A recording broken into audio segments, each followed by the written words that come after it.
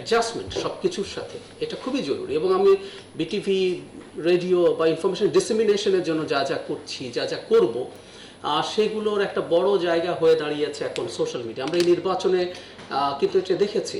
এবং ডিসইনফরমেশন বা narrative building যেভাবে আসলে ইম্প্যাক্ট করে, মানে একটা ইরাক ধ্বংস করে দেওয়ার জন্য একটা বয়ান দরকার ছিল, ওয়েপন অফ মাস ডিস্ট্রাকশন, ওর কিন্তু এটা ছিল না, ইট ওয়াজ প্রুভড।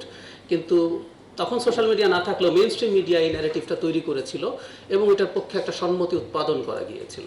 আর আমরা অত্যন্ত কম কনসাস একটা জাতিগোষ্ঠীর হাতে এখন এইরকম মারাত্মক একটা অস্ত্র চলে গেছে, সাথে এআই যুক্ত হয়েছে। মানে আমরা সুসানা জুবব যখন লিখছেন বইটা, তখন এআই এর এরকম বাড়ন্ত ছিল না, এখন সেটা হাজির হয়েছে। সো আমাদের চ্যালেঞ্জ কিন্তু অকল্পনীয় রকম বড়।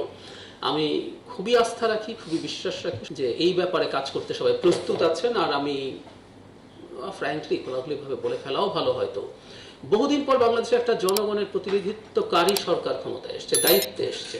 সুতরাং জনগণের ম্যান্ডেট নিয়ে যে সরকারটা দায়িত্বে আসে, তার জনগণের প্রতি কমিটমেন্ট থাকতেই হয়।